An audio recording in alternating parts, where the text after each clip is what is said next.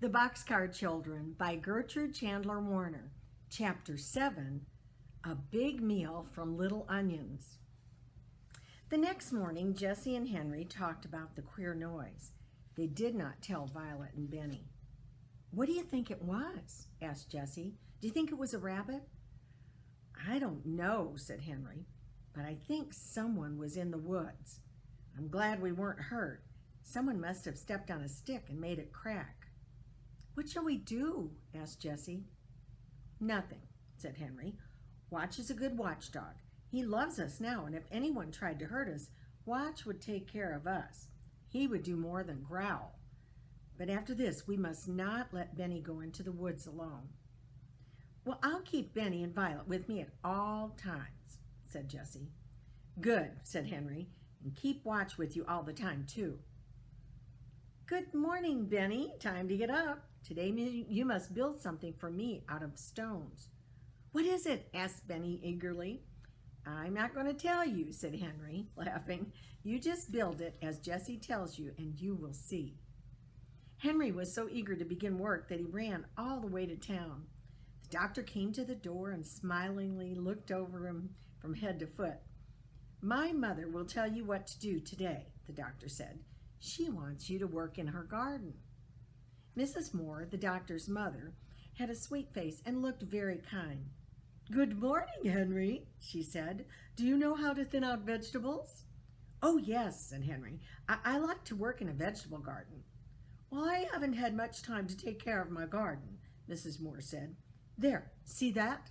She pulled out a carrot. It had come out, for it was much too near the other carrots. "Yes, I see," said Henry. He began to thin out the carrots. Mrs. Moore watched him as he pulled out some of the little carrots and put them in a pile. He left the other carrots to grow, and then he began on the turnips. "You're a good worker," said Mrs. Moore. "I can see that." She smiled at Henry. "You may thin out all these vegetables." And then she went into the house and left Henry alone. He worked all morning. He thinned out carrots, turnips, and little onions. The mill bells rang at noon, but Henry did not hear them. He still worked on in the hot sun. And then he saw Mrs. Moore looking at him. "You've worked long enough now," she said. "You may come again this afternoon." "Well, what should I do with the vegetables I pulled up?" Henry asked. "Oh, I don't want them," said Mrs. Moore. "Just leave them in a pile."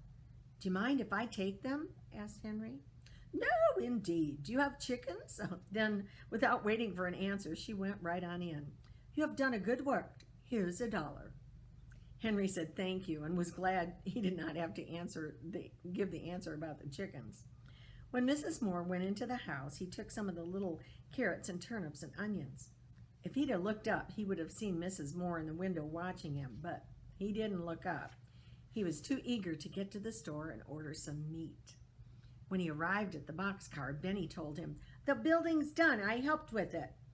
The building was a fireplace made of flat stones. "Benny did a lot of the work," said Jessie.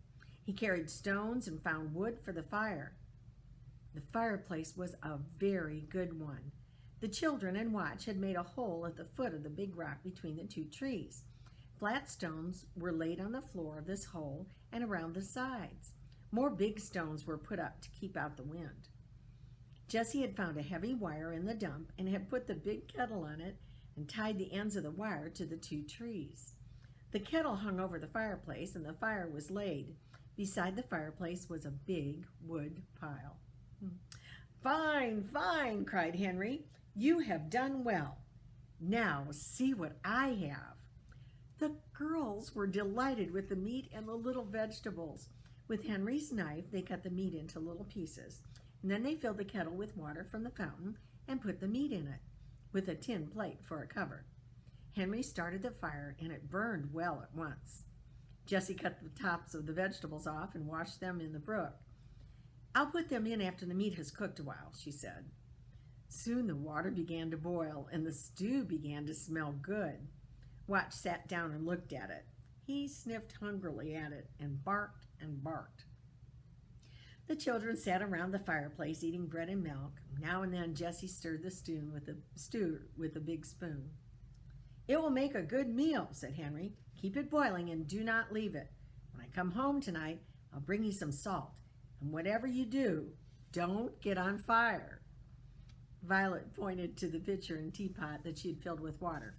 "That's to put on Benny or watch if he should catch on fire," she said.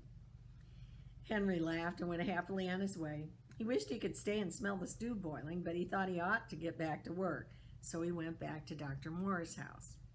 He was very happy when Dr. Moore said, "Do you want to clean up the garage?" The garage was not in very good order, and Dr. Moore laughed when he saw Henry looked around for a broom. "I must go out now," said Dr. Moore. "You just clean this place up." Henry began at once. First, he opened all the boxes.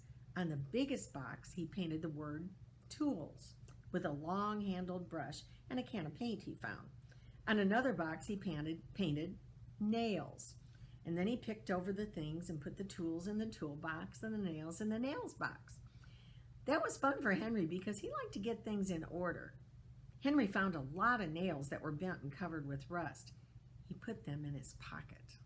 "I'll ask the doctor for these bent nails," he said to himself. "They are no good to him, but they are fine for me. I can use every old nail I get." And then he washed the floor and washed his paintbrush. When Dr. Moore came home, he found Henry putting brushes, paint cans, and other things on the shelf. My, he cried. He looked at the garage and laughed and laughed. He laughed until his mother came out to see what he was laughing at. "Look, Mother," he said. "Look at those tools. Look at the shelf. Look at my hammers. 1, 2, 3, 4 hammers. Your hammer, my hammer, and 2 other hammers. They were all lost. Hey, can you use a hammer, Henry?" "Oh, yes, indeed I can," cried Henry. "Well, you just take one," said Dr. Moore. "You found them all." "Oh, thank you," said Henry. He showed the doctor the bent nails and was told that he could have those too. He could hardly wait now to start home because he was eager to show Benny and his sisters his new hammer and nails. "Tomorrow will be Sunday," said Dr. Moore. "Will you come again the next day?" "Oh, yes," replied Henry, who had lost all track of days. "The cherries must be picked," said the doctor. He looked at Henry in a queer way. "We could use any number of cherry pickers if they were all as careful as you." "Could you?" asked Henry eagerly. "Well, I'll come." So the three said goodbye, and Henry started home. He had another dollar, a pocket full of odd nails, a hammer, and the pile of vegetables that he had left at noon. On the way home, he bought some salt. When he arrived at the boxcar, he began to smell a delicious smell. "Onions!" he shouted, running up to the kettle. "I do like the smell of onions." "I like turnips best," said Violet. Jessie took off the cover carefully and stirred in the salt. Henry sniffed the brown stew. It was boiling and boiling. "A ladle, of all things!" cried Henry. "Where did you get it?" "Well, I found a tin cup in the dump," said Jessie, "and we used a long stick for a handle and tied it to the cup with a piece of wire. Makes a fine ladle." She ladled out the stew into plates and bowls and put a spoon in each one. Oh, said Benny, "I'm so hungry, I must eat my supper." The meat was well cooked and the vegetables were delicious. Violet passed her plate for more turnips. "I'd like some more onions," said Henry. All the children ate and ate until they could eat no more. "That was the best meal I ever ate," said Jessie. "Me too," said Violet. "I have time tonight to make Benny's cart," remarked Henry. "We'll want a cart." "Will you make it with my wheels?" asked Benny. "Oh, yes, with your wheels," answered Henry, "but you must cart stones in it when I get it done." "Oh, yes," said Benny. "I'll cart stones or rocks or anything." "Tomorrow will be Sunday and I can stay at home," Henry went on.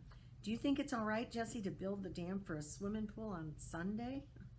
"Yes, I do," said Jessie. "We are making the swimming pool so that we can keep clean." Henry began happily to hammer out the bent nails with his new hammer, and soon he had some good nails. "You and I will go and find some boards, Benny," he said. "Come on." Soon the boys came back with some boards from the dump. Henry sat down and began to make the cart. He couldn't see very well because it was getting dark and there was no moon, but at last the cart was done, and he gave it to Benny. "Thank you," said Benny politely. After his sisters had admired the cart, Benny pulled it around just for fun, and then Henry put it in the boxcar for the night. Henry said to Jessie, "I hope we do not hear that queer noise tonight." "I hope not too," said Jessie, and then she laughed. "Look at Benny. He's gone to sleep with his hand on the cart." Henry laughed too, but he laughed at it himself because he was going to sleep with his new hammer under his pillow. Don't forget to subscribe to my channel. And remember, the Principal Grandma says, you'll never know what comes next until you turn the page.